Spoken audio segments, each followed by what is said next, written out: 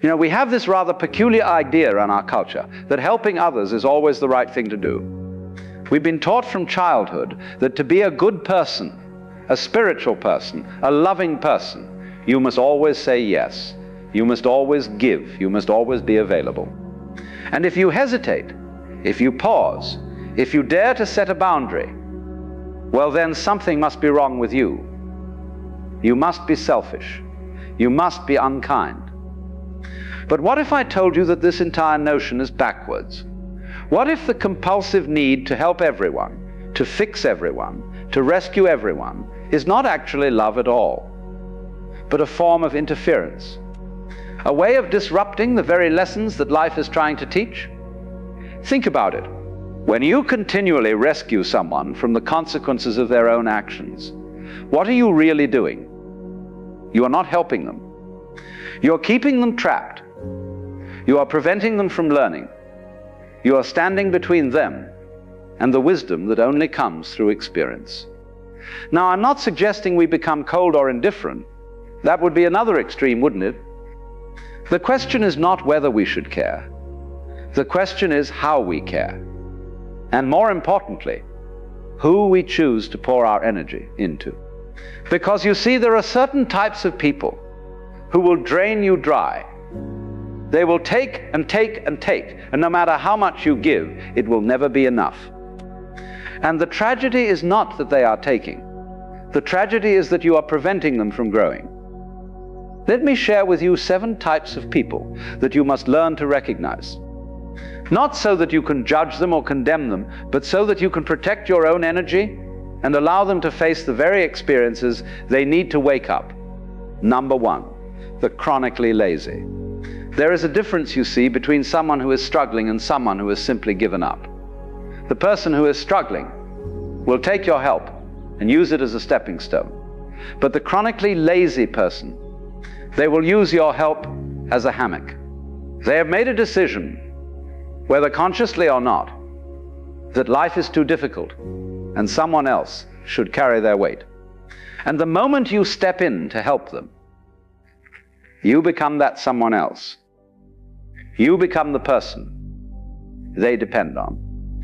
Not because they cannot do things themselves, but because they have discovered that someone will always do it for them. Now watch what happens in nature.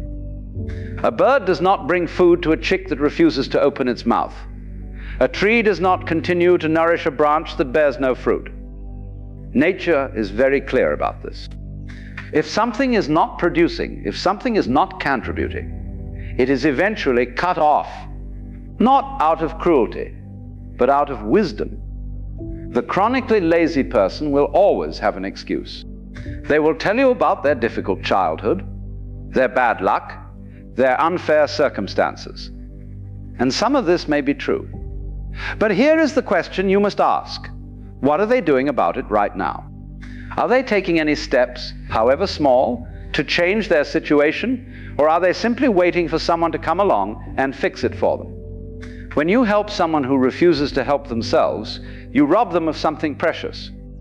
You rob them of the satisfaction of their own accomplishment. You rob them of the strength that comes from overcoming difficulty.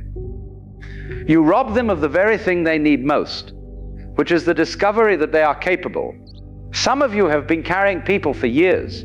You pay their bills, you solve their problems, you clean up their messes. And every time you do it, you tell yourself you are being kind. But what if your kindness is actually keeping them weak? What if your help is the very thing preventing them from standing on their own feet? The lazy person needs to feel hunger. They need to feel discomfort. They need to experience the natural consequences of their choices. Because it is only when the pain of staying the same becomes greater than the pain of change that they will finally move. Number 2, the perpetually ungrateful. Have you ever noticed that some people can receive an extraordinary gift and treat it as if it were nothing? You could give them your time, your money, your energy, your very heart, and they will take it without a second thought. No thank you, no acknowledgement, no appreciation whatsoever. This is not an accident. This is a character issue. Gratitude is not just good manners. Gratitude is the sign of a person who recognizes they are part of something larger than themselves.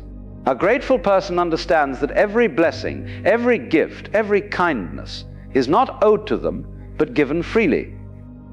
And when you understand this, you treat gifts with reverence.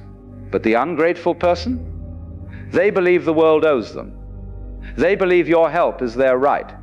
And the more you give to them, the more entitled they become. It's a strange paradox, isn't it? The more you pour into them, the less they appreciate it.